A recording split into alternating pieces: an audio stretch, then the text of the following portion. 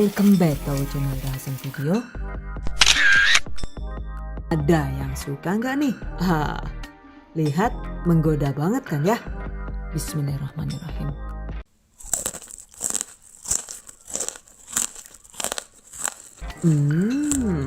Mantap banget. Pastinya cocok untuk camilan di rumah ataupun untuk ide usaha. Wow, amazing. Okay guys, I bet that you've been curious to know on how to make it. Just check it out. Bahan dan cara membuat. Pertama, siapkan blender. Dan ini seperti biasa saya menggunakan chopper serbaguna dari Mitochiba. Oke, masukkan 5 butir telur ukuran besar, 100 gram keju cheddar. By the way, untuk kejunya ini takarannya itu bisa ditambah sampai dengan 200 gram sesuai selera. 1 sendok teh garam halus. Dan untuk garam halusnya ini juga disesuaikan dengan takaran kejunya ya.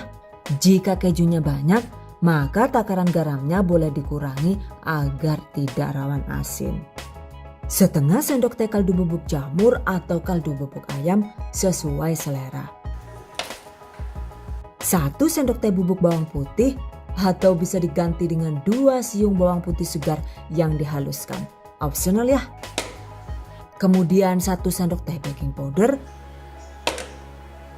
50 gram atau sekitar 2 sendok makan penuh margarin atau mentega. Oke, proses hingga adonan lembut dan tercampur rata.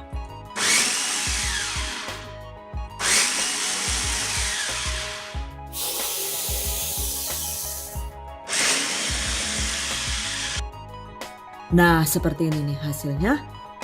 Berikutnya di wadah terpisah masukkan 500 gram atau sekitar 33 sendok makan tepung tapioka alias tepung kanji singkong. Lalu tambahkan adonan telur yang sudah kita blender tadi. Aduk hingga tercampur rata.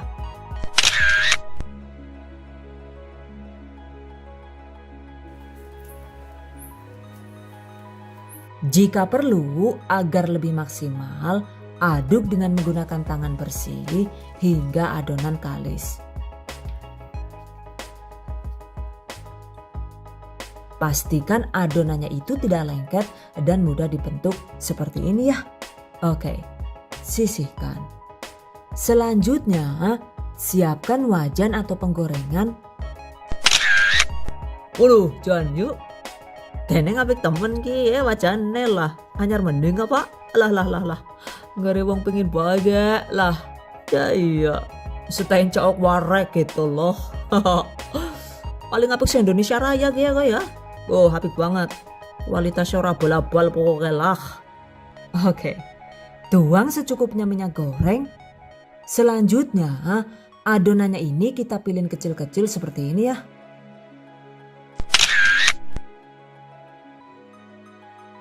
Untuk ukurannya itu cuma sekitar 1 gram atau kira-kira lebih kecil dari ukuran kelereng. Nah, setelah dipilin, ini langsung dimasukkan ke dalam minyak dingin ya. Pilin lagi sisanya sampai agak banyak. Tapi juga jangan terlalu banyak ya. Kira-kira itu cukup sampai segini saja. Karena jika muatannya itu terlalu banyak juga, hasil gorengnya jadi kurang maksimal dan rawan bantat. Berikutnya, goreng dengan menggunakan api sedang hingga telur gabus mengapung. Dan ini juga tidak perlu diaduk-aduk sebelum semuanya mengapung.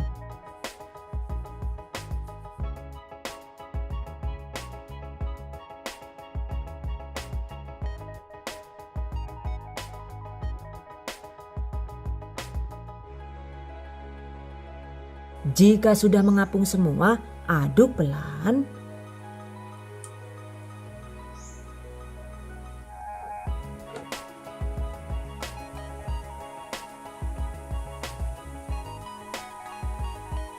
Nah, jika dirasa teksturnya itu sudah kaku, sebaiknya kecilkan api kompor. Kemudian lanjut digoreng sambil sesekali diaduk hingga telur gabus berwarna kuning gading alias putih kekuning-kuningan. Total durasi menggorengnya itu sekitar 13 sampai dengan 15 menit tergantung kapasitas wajan dan panas kompor masing-masing.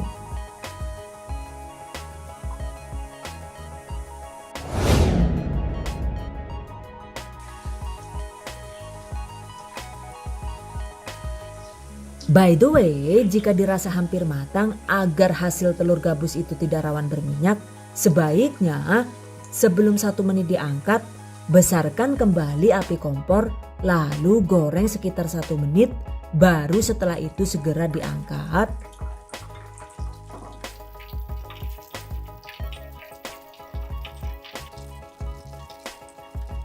Jika digoreng dengan setting api yang tepat seperti ini, maka hasil telur gabus bisa matang luar dalam dan tidak terlalu berminyak.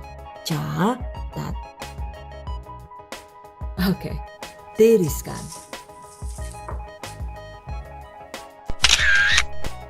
By the way, ini tadi saya menggunakan 2 wok pan sekaligus agar lebih cepat ya.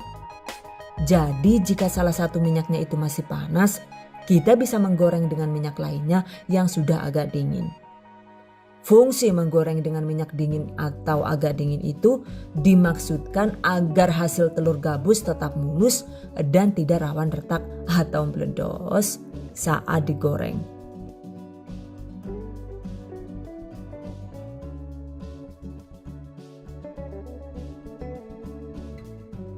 Tuh, asal setting apinya pas, kemudian minyak yang digunakan juga tidak panas di awal, maka hasil telur gabus bisa mulus dan matang luar dalam seperti ini.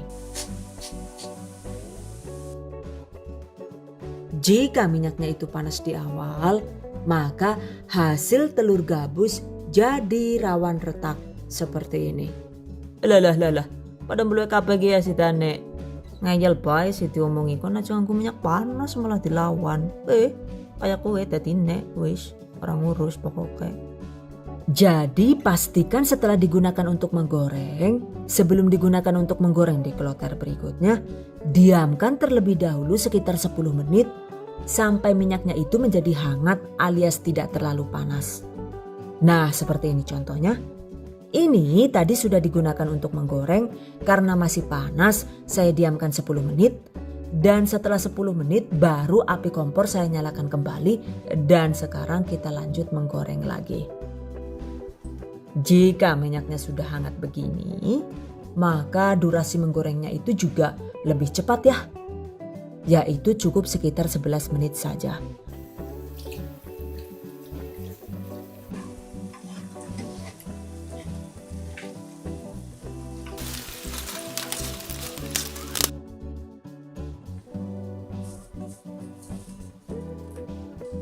Dan hasilnya juga lumayan cantik.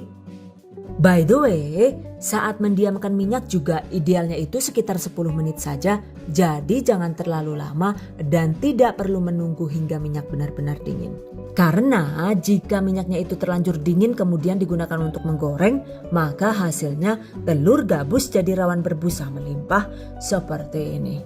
Wah, arep kum-kum klambi apalah yuk, Chan. Dene ngumpul kakek temen kuwi lah. Iya, lumayan kok ya ramai tuku sabun ya wis mana numpruk.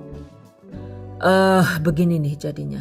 Minyak yang terlalu lama didiamkan hingga dingin, ketika digunakan kembali maka hasilnya jadi rawan berbusa banyak. Catat. Oke guys, sekarang telur gabusnya sudah matang dan siap disantap. By the way, salah satu ciri telur gabus yang bagus itu adalah mempunyai tekstur yang gabes alias menyerupai gabus di bagian dalam. Nah, seperti ini nih contohnya. Jadi, di bagian dalamnya itu putih bersih seperti tekstur gabus alias seperti styrofoam. Jika putih begini, digigitnya itu juga empuk renyah dan matang luar dalam. Dan agar telur gabus bisa matang luar dalam, sebaiknya saat menggoreng camilan ini, hindari menggunakan api kecil di awal. Selain itu juga muatan wajahnya jangan terlalu penuh seperti ini ya. Jika digoreng dengan api kecil di awal kemudian muatannya itu terlalu penuh begini, maka hasil telur gabus jadi rawan bantat dan tidak matang luar dalam. Nah seperti ini nih contohnya. Tuh kelihatan kan ya? Teksturnya itu tidak renyah alias melempem gitu. Dan di bagian tengahnya itu juga bantat alias tidak menyerupai gabus sama sekali. Jadi pastikan gunakan setting api yang tepat agar hasil telur gabus bisa renyah dan matang luar dalam. Catat. By the way, cara sederhana untuk mengurangi kadar minyak pada gorengan seperti biasa. Setelah digoreng telur gabusnya ini saya oven di suhu sedang dengan di alas kertas tisu makan yang menyerap minyak seperti ini. Dan karena ini saya menggunakan oven Mito, suhu sedangnya itu adalah sekitar 140 sampai dengan 150 derajat Celcius. Jadi ini telur gabusnya itu saya panggang sekitar 8 menit dengan menggunakan api atas bawah. Tuh bisa dilihat kan ya, minyaknya itu bisa keluar semua dan meresap ke atas tisunya. Dan ini dia hasilnya. Jika minyaknya sudah banyak berkurang begini, maka jika disimpan di wadah tertutup, walau sampai 2 bulan juga hasilnya telur gabusnya itu bisa tetap renyah dan tidak rawan tengik. Catat. Oke guys, demikian tadi cara membuat telur gabus keju ala The Hasan video. Semoga bermanfaat. Dan bagi para pejuang keluarga yang menggunakan resep ini untuk ide jualan, semoga dilancarkan ya. Diberi kemudahan untuk usaha.